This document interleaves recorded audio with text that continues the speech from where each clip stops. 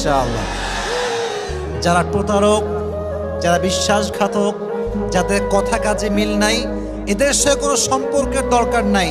এদের জন্য আল্লাহ একাই যথেষ্ট। ঠিক কিনা বলেন যুবকেরা? আমরা তো বড় মনের মানুষ, আমরা তো ব্রড মাইন্ডেড পার্সোনালিটি বিলং করি। আমরা মাফ করে দিব, বাদ বাকি আল্লাহ ভরসা। ঠিক কিনা যুবকেরা? তাহলে প্রথম মেসেজ আজকের এই মাহফিলে, এই যে আমাদের হৃদয়টা আছে, এই হৃদয়ে কোনো হিংসা বিদ্বেষ থাকবে না, কারোর জন্য কোনো প্রতিশোধ থাকবে না। একটা সুন্দর হাদিস শোনাই। নবীজি বলেছেন, আমার জীবনের সবচাইতে বড় আমল কি তোমরা জানো? সাহাবা একরাম বলল, ইয়া রাসূলুল্লাহ, বলেন কি আমল যেটা সবচেয়ে বড় আমল?